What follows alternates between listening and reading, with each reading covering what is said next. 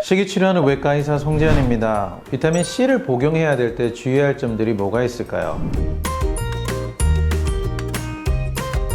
우리에게 잘못 알려진 사실이 있죠. 바나나 우유 때문에 바나나가 노란색이라고 생각하는 거, 그리고 또 비타민C 한 제품 때문에 비타민C가 노란색이라고 생각하는 겁니다. 비타민C는 원래 하얀색입니다. 그런데 비타민C는 이 환원형으로 되어 있기 때문에 공기 중에 있을 때 산화가 잘 되는 증상이 있습니다. 산화가 된다면 오히려 비타민C가 약간 노란색으로 변하게 됩니다. 그래서 비타민C 같은 경우는 노랗게 변하거나 약간 노란색이 띄는 비타민C를 드시는 것이 아니라 정말 하얀색의 비타민C를 드셔야 합니다. 이 색깔이 약간만 변해 있을 때는 이게 진짜 하얀색인지 약간 산패된 색깔인지 잘 알 수가 없어요. 제일 쉽게 그것을 알 수 있는 방법은 하얀색의 A4 용지 위에 비타민C를 올려 놓으면 이 색깔이 정말 하얀색인지 약간 노랗게 변했는지를 쉽게 알 수가 있습니다. 물론 비타민 제제 중에서는 천연 비타민으로 복용을 해야 되는 것도 있습니다.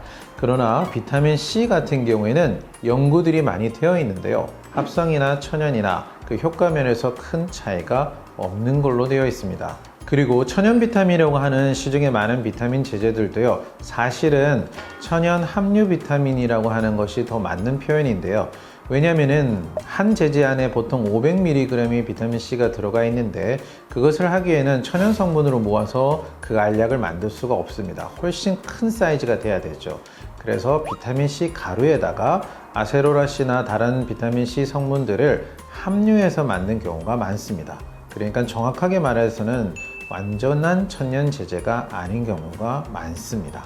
자, 비타민C는 제형에 따라서도 여러 가지가 있는데요. 알약으로 되어 있는 정제 형태의 비타민C도 있고요. 그리고 두 번째는 가루 형태도 있습니다. 어떨 때 정제를 먹고 어떨 때 가루를 먹어야 될까 되게 고민이 많이 되실 건데요. 이 정제 형태를 만든 이유는 복용의 편의성과 그 다음에 산패가 덜 되게 하는 효과를 가지고 있습니다.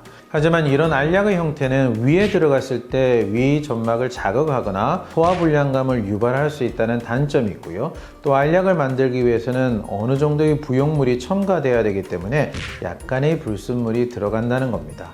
그래서 1g에서 2g 정도의 비타민C를 복용할 때는 이런 정제 비타민C를 복용해도 되지만 대량의 메가요법을 통한 비타민C 요법을 할 때는 가루 형태의 비타민C를 선택하는 것이 더 좋을 것 같습니다.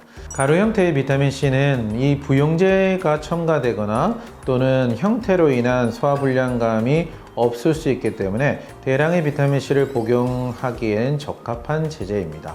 그러나 한 가지 단점이 있습니다. 정제가 아닌 가루로 먹을 때는 비타민C가 산이기 때문에 이 시큼한 맛이 너무 강렬하게 느껴집니다. 대량의 비타민C를 먹기는 해야겠는데 비타민C 가루가 너무 시기 때문에 먹을 수 없다는 분들을 위해서 간단한 팁을 알려드릴게요. 우리 혀에서 이 신맛을 느끼는 부분은 혀 앞쪽에 좀 더 몰려 있다고 보시면 됩니다. 그래서 혀 뒤끝으로 이 가루의 비타민C를 먹게 된다면 조금 더 쉽게 먹을 수가 있게 되죠. 그래서 입안에 물을 머금고 혀 뒤쪽에 최대한 가까이 가루를 넣은 다음에 꿀꺽 삼키게 된다면 먹기가 좀 더 쉬울 거예요. 대용량의 비타민C를 사용할 때 또한 좋은 제제가 하나 있는데요. 바로 리포소말 비타민C입니다. 리포소말 비타민C는 비타민C를 인지질의 성분인 레시틴으로 둘러싸서 만든 건데요. 바로 수용성 비타민이 지용성의 형태로 만들어 버린 거죠. 실질적으로 리포소말 비타민C를 사용한다면 거의 4배 이상의 흡수율을 나타낸다고 합니다. 또한 레시틴으로 이것이 쌓여져 있기 때문에 신맛이 좀 덜 나타나게 되는 경향도 있습니다. 저희 병원에서 간단한 항산화제 대용으로 비타민C를 섭취하게 될 때는 정제 비타민C를 권유해 드리고 있고요.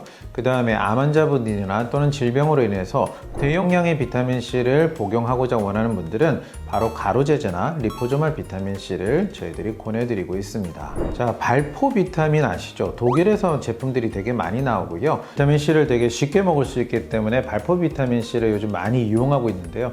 이때 사용하실 때 유의사항이 하나 있습니다. 바로 비타민C 1g, 1000mg을 복용하기 위해서는 발포 비타민C 한 알인 4.5g 정도를 복용하게 되는데요. 즉 3.5g 정도는 비타민C가 아닌 다른 물질들이 들어있다는 거죠. 바로 대표적인 것이 이 탄산을 만들어내는 탄산수소 나트륨이 들어있습니다. 탄산수소 나트륨에는 바로 나트륨이 들어있는 거죠.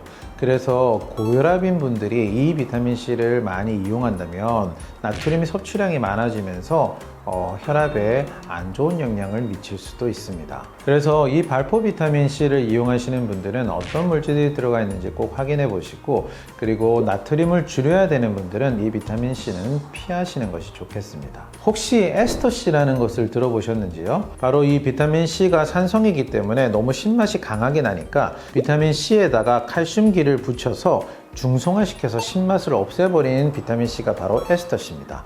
이렇게 시지 않기 때문에 먹기가 좀 편한 장점이 있습니다. 하지만 이런 제제는 다른 부유물들이 있기 때문에 비타민C를 대용량으로 사용할 때는 적당한 제품은 아닙니다. 1g에서 2g 정도의 사용할 때는 에스터C를 사용할 수 있지만 대용량의 비타민C로는 사용하지 않으셔야 합니다.